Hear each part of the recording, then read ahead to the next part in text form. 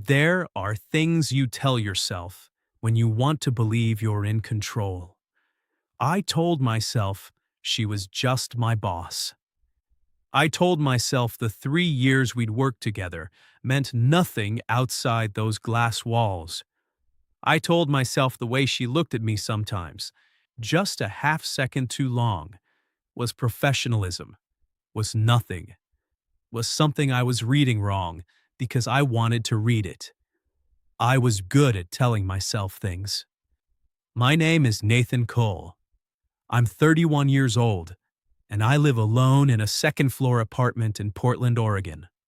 One bedroom, one bookshelf I never finish filling, a kitchen that smells like coffee at 7 in the morning, and nothing after that. I work in project management at a mid-sized architecture firm called Callaway and Reed. Good work, serious people, clean lines on everything. I started there 3 years ago as a junior coordinator, fresh off a rough ending with a woman I thought I was going to marry. I threw myself into work the way you do when your personal life has collapsed under you. You build something where you can. You get very good at the only thing still standing. She was already there when I arrived. Diana Holt, senior director, 39 at the time, so 8 years older than me. I found out her age later because she never volunteered it and I never asked. She had this way of entering a room that made the energy rearrange itself around her, not because she demanded attention, but because she simply earned it.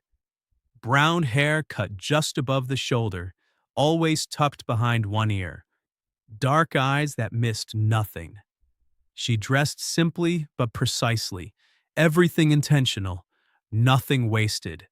For the first 6 months, I barely existed to her.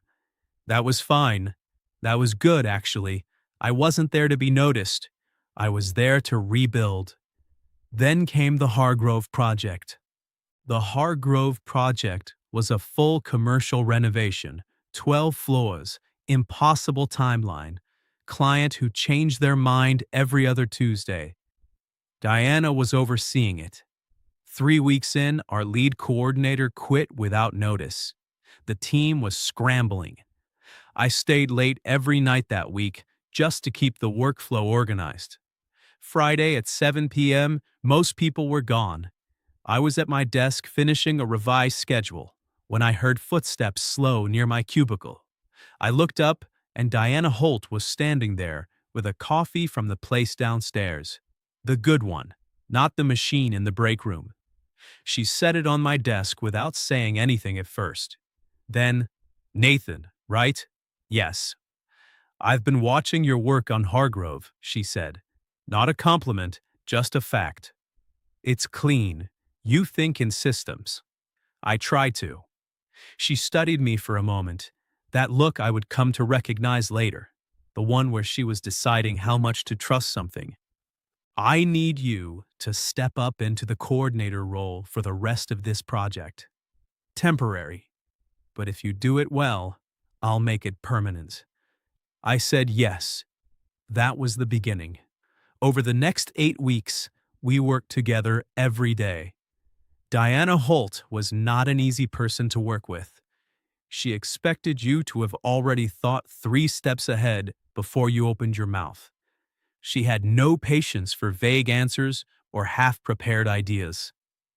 She could sit across from a client who was completely losing their mind and speak in a tone so calm and controlled that the room would physically slow down.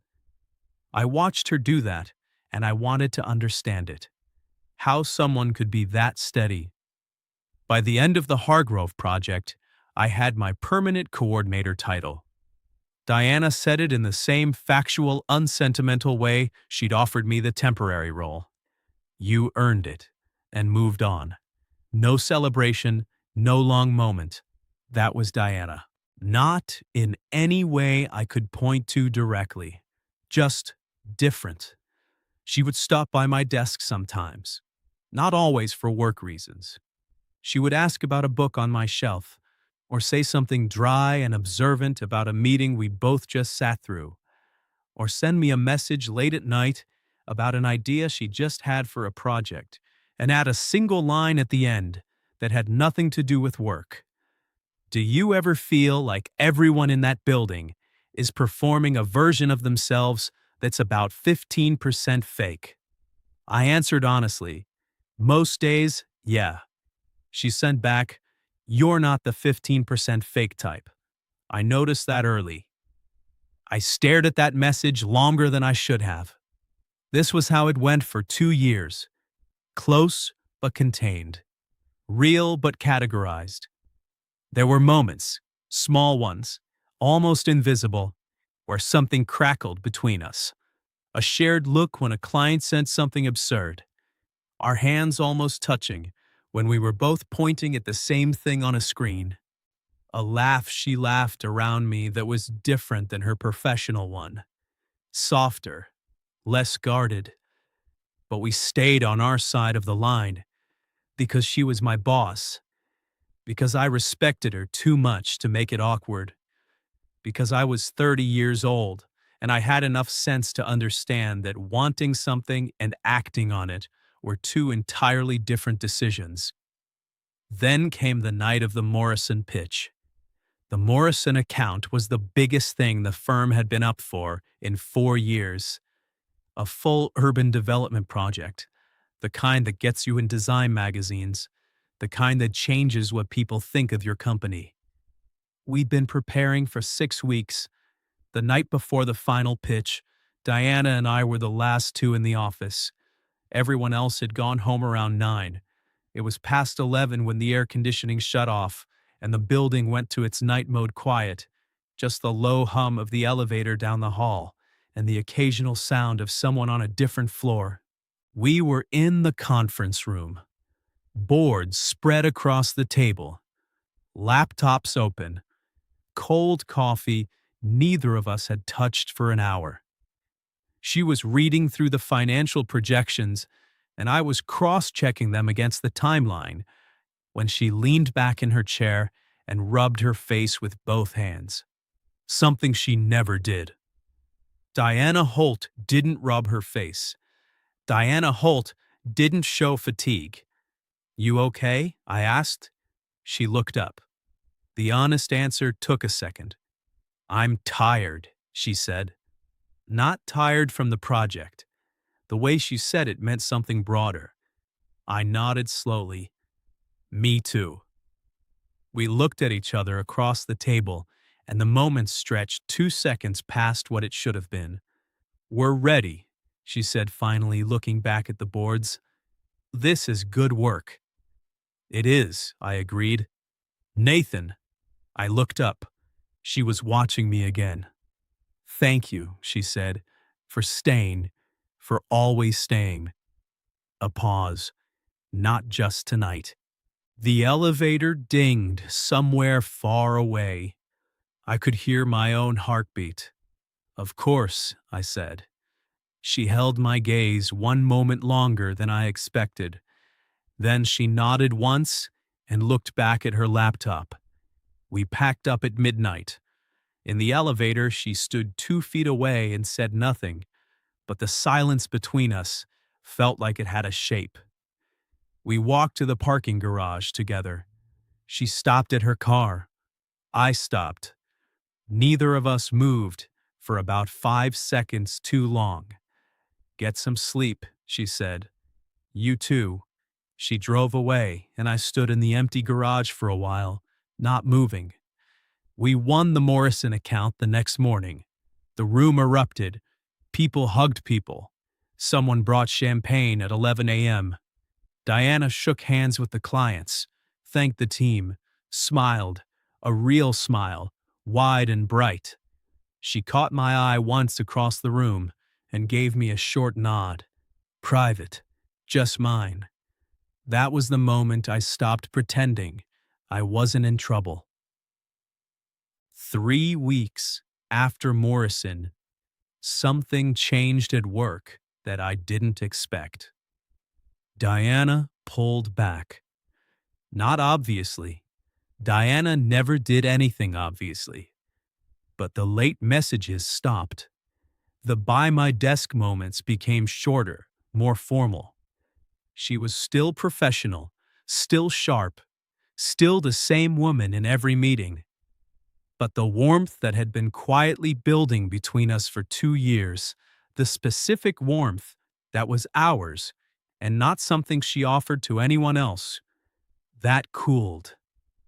I told myself to leave it alone. I told myself she's a director. She knows what she's doing.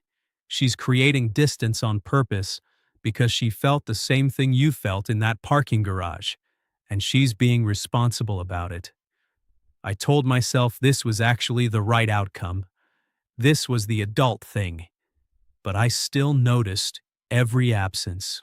Then, on a Thursday afternoon, our HR director sent an email to the full team announcing that an organizational review was underway, that reporting structures would be re-examined across departments.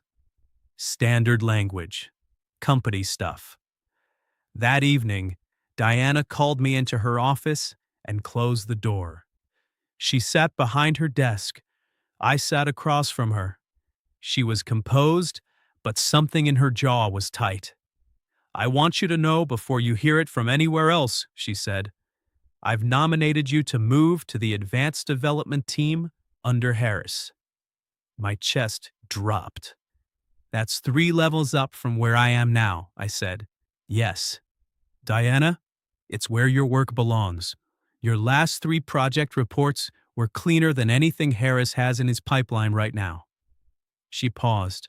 "And I think you know why this is the right decision." I held her gaze. "Does it have to be?" Her jaw tightened. I left her office and sat at my desk staring at my monitor for 10 minutes before I could think clearly again. The transfer was scheduled for 6 weeks out. During those 6 weeks, we were almost painfully professional with each other. Thorough, respectful, appropriate in every way. We completed a handover document together. Me walking her through every project I'd carry forward. Her filing the paperwork with HR. It was all very clean. And every time I passed her in the hallway, I felt like we were both doing a very convincing performance of people who didn't notice each other. On my last official Friday on her team, she came by my desk at end of day. Everyone else was filtering out. "Good luck on the new team," she said. Formal, standard. "Thank you," I said. Also formal, also standard. She started to turn, then stopped. "Nathan." I looked up. She looked like she wanted to say something specific, something she'd rehearsed and then decided against 3 separate times. What came out instead was quiet. "Take care of yourself. You too." She walked away, and I watched her go, and I thought, that's it. That's the end of whatever this was. I was wrong. 14 days after my transfer. A Saturday. End of October. I had no plans. I went for a run in the morning, came home, showered, made soup, watched half a film I didn't care about. The rain was hitting my window sideways, the kind of Portland rain that makes the city feel like it's retreating into itself. I went to bed at 11, which is something I only do when I'm genuinely trying to outrun a feeling. At 12:14 a.m., my phone lit up on the nightstand. A call, not a text. Diana Holt. I stared at her name for 3 full rings. My heart was doing something embarrassing by the second ring. I answered. "Hey." My voice came out steadier than I expected. "Hey." Hers did not. There was something different in it. Not upset, not panicked, just unguarded. Like she'd taken the armor off and wasn't sure what to do with her hands. "Everything okay?" I asked. A pause. "I don't know," she said honestly, and that answer alone made my chest tighten because Diana Holt always knew. "What's going on?" she breathed out. I'm outside your building. I sat up. I drove around for 40 minutes before I pulled over here, she said. I've been sitting in my car for 20 minutes trying to convince myself to leave. I can't leave. Another breath. I know this is a lot. I know this is. Diana. My voice was quiet. I'll buzz you in. She was at my door 2 minutes later. I'd thrown on a shirt and sweatpants. My hair was a disaster. I didn't care. When I opened the door and saw her standing in the hallway, she looked exactly like herself and also nothing like herself at the same time. Her coat was damp from the rain. Her hair had come loose from wherever she'd had it earlier. She looked like she'd been somewhere and left quickly. Hi, she said. Hi, I said. We stood like that for a moment. You're going to think I've lost my mind, she said. I don't think that. You should probably think that. Come inside, Diana. She stepped in. I closed the door. She stood in my small living room and looked around the way people do when they've never been somewhere before but needed to be. Like she was taking inventory of whether it was safe. Sit down, I said. Do you want tea? Water? I don't want anything, she said. Then I lied. Yes, tea, something to do with my hands. I went to the kitchen and put the kettle on. She sat on my couch and pulled her coat off. I could see from the kitchen that she was holding her hands together in her lap, something I'd never seen her do. Diana Holt did not fidget. I brought 2 mugs over and sat across from her, the coffee table between us. She wrapped both hands around the mug and stared at it. My sister got married today, she said, finally. That wasn't what I expected. I didn't know you had a sister. She's 12 years younger than me. She's 27. She married her college boyfriend. Diana's voice was even, but something underneath it wasn't. It was a beautiful wedding, small, exactly what she wanted. She looked up from the mug. My mother pulled me aside during the reception. She's been doing this thing the last 2 years, where she mentions my age in the same breath as words like window and realistic and practical choices. Tonight, she said. Diana stopped, set the mug down. She said I'd let my career eat my life, that I was going to be alone because I'd prioritized the wrong things. The room was very quiet except for the rain. That's not true, I said. I know it's not true, she said. I know that. I've known that for years. I know who I am. I know what I chose and what I'm proud of choosing. She exhaled. But I drove home and I sat in my apartment and I couldn't. Couldn't what? I asked. She looked at me, really looked at me, the way she'd looked at me in the conference room the night of the Morrison pitch. I couldn't pretend I don't know exactly why it hurt, she said. Because it's not about my mother. It's not about the wedding. It's about you, Nathan. It's been about you for longer than I'm comfortable admitting. My heartbeat was loud in my ears.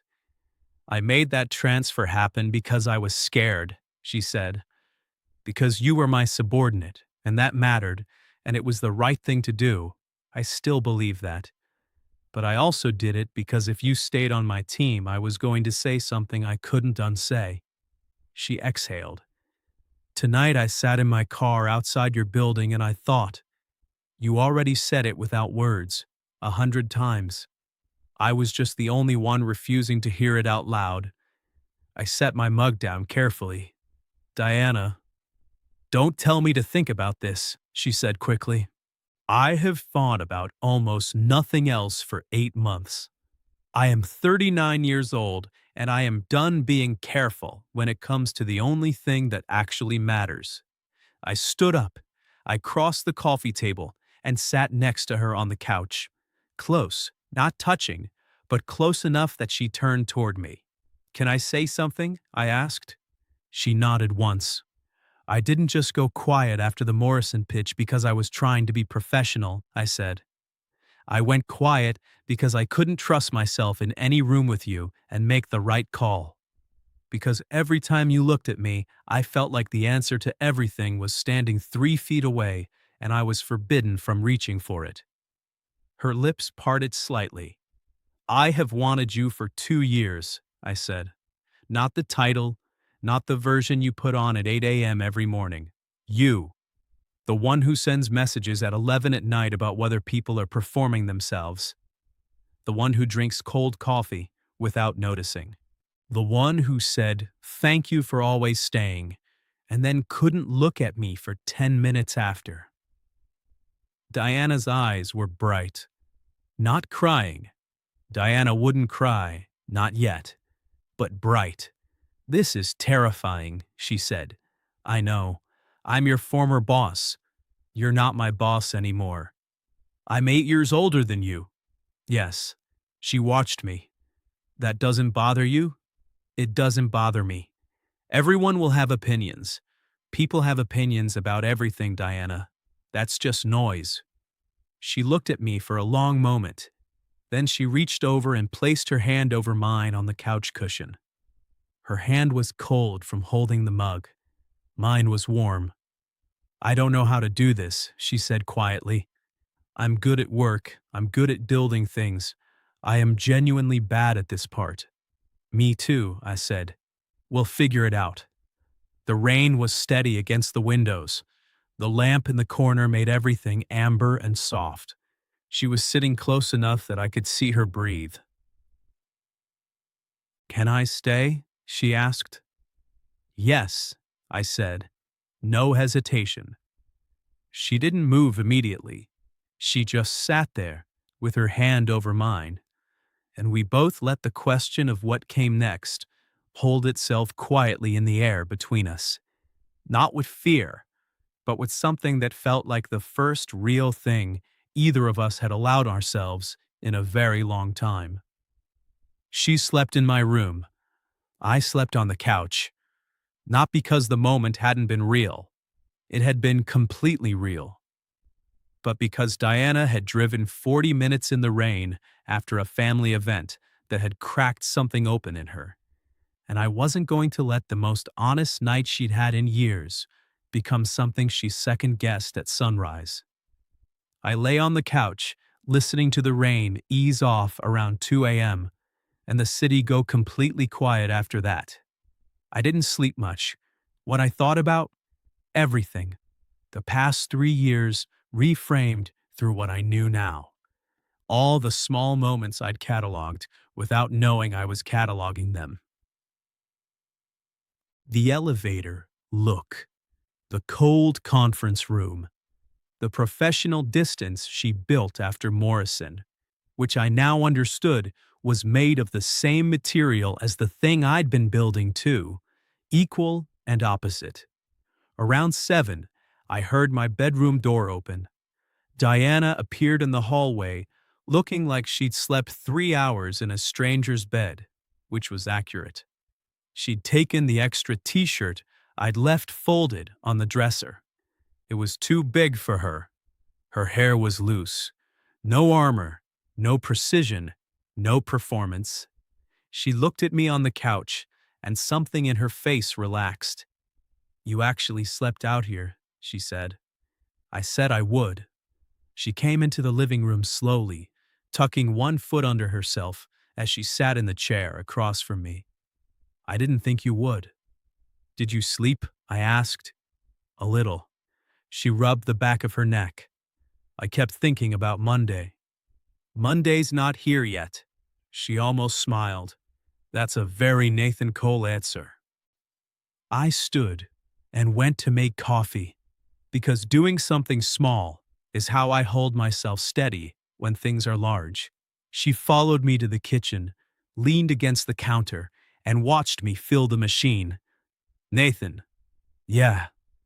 "I meant everything I said last night." I looked at her. "I know. I'm not going to walk back in there on Monday and pretend." "Diana." I crossed the kitchen. Not far. The kitchen was small. I stopped in front of her. "I know you meant it. You don't have to defend it to me. She looked up. 8 years older, 8 years more careful. A whole architecture of protection she built and maintained. And right now in my kitchen, she looked like someone who had finally decided to stop building walls and see what was on the other side. "I'm scared," she said simply. "Of what exactly?" She thought about it. Of it becoming something real and then losing it. Of building something and watching it fall. "I know how to survive things. I don't know how to—" She paused. "How to want something this much and actually let it happen."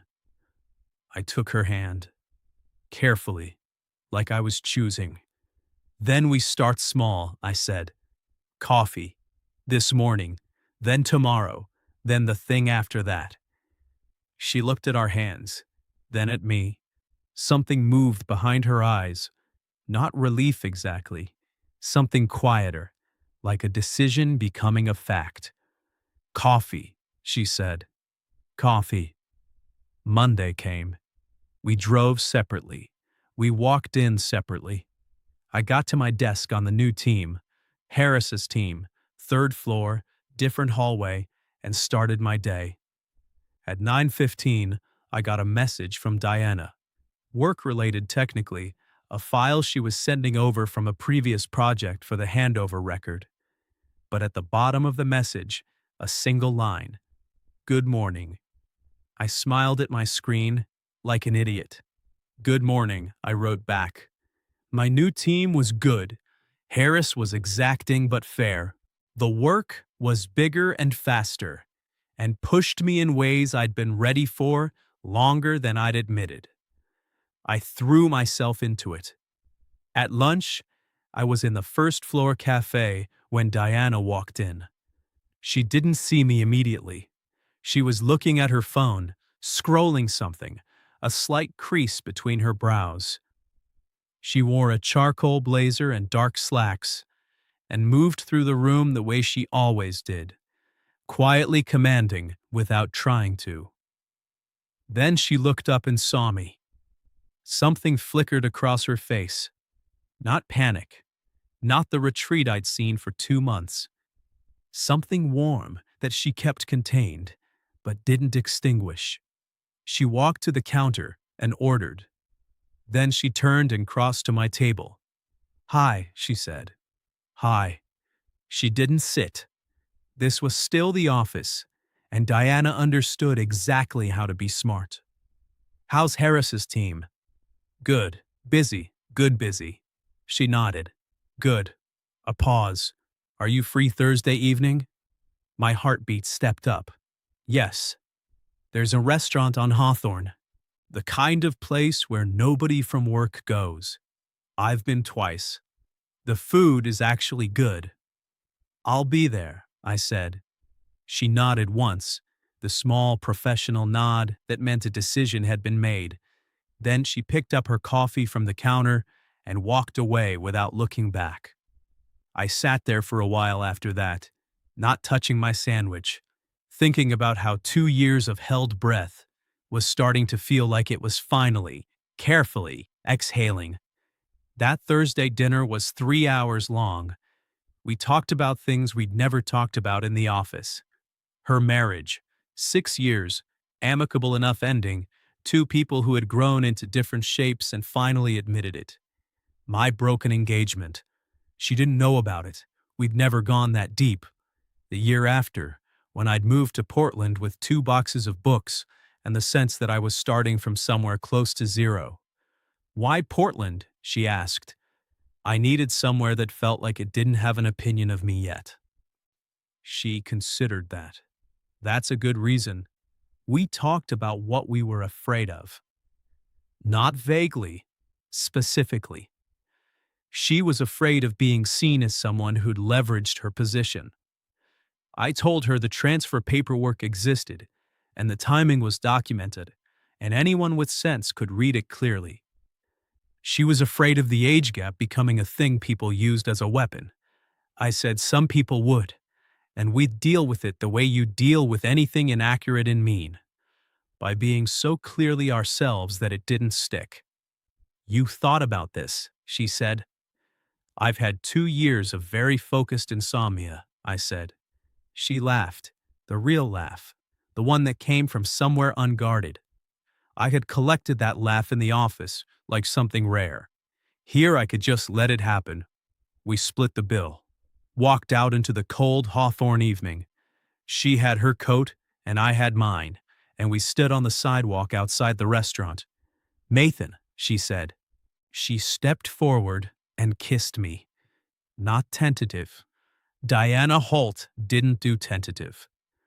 It was brief and certain, like the period at the end of the sentence she'd been composing for a long time. She pulled back, looked at me. Okay, she said. Yeah, I said. Okay. People did have opinions. Some of them were unkind. Someone in her department made a joke that got back to both of us, and which neither of us responded to. Her mother, predictably, had thoughts. So did mine. Different thoughts, but equally uninvited. We didn't perform ourselves for any of it. I stayed on Harris's team, and I worked harder than I'd ever worked, because I needed the work to speak for me. Diana continued to be exactly what she'd always been, the person in the room who made things work when nobody else knew how.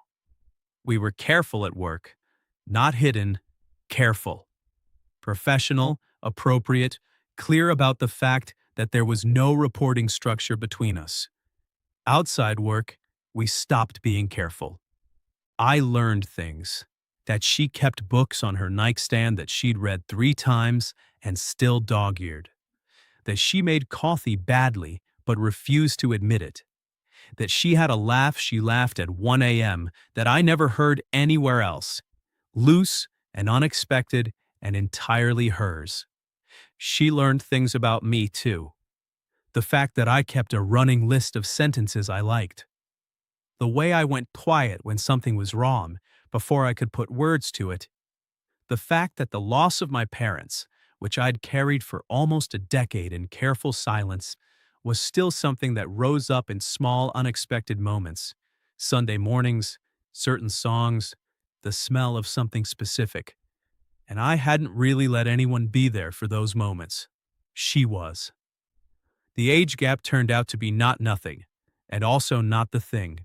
It was a fact, the way height is a fact, the way anything real about a person is a fact. I had something she'd stopped believing she'd find. Someone who looked at her not as a project, or a conquest, or a problem to fix, but as exactly who she was, and chose that on purpose. Some nights we'd sit on my couch, her feet tucked under her, me reading something while she worked, and I would feel the specific peace of being exactly where I was supposed to be. Not arrived, not finished, just in the right place with the right person, which is quieter than people say it is. She called it that once. This is quiet in the good way, she said one evening. Yeah, I said. I didn't know it was supposed to feel like this. Me either, I admitted. She looked at me. 3 years. 3 years, I agreed. She shook her head slowly. We were very stubborn. We were very responsible. We were very stubborn, she said again. I laughed. She smiled at me. That full, quiet smile that I'd spent 3 years cataloging from across conference rooms. And outside my window, Portland was doing what it always did. Rain on the glass, lights on the water, the city carrying on around 2 people who had finally decided to stop pretending they didn't need each other. There was nothing left to tell ourselves. There was just this. If you've been waiting to hear a story like yours told out loud, welcome. Hit subscribe. New stories every Tuesday, Thursday, and Sunday. And if you felt something while listening to this one, drop a comment below. Your story might be the next one I tell.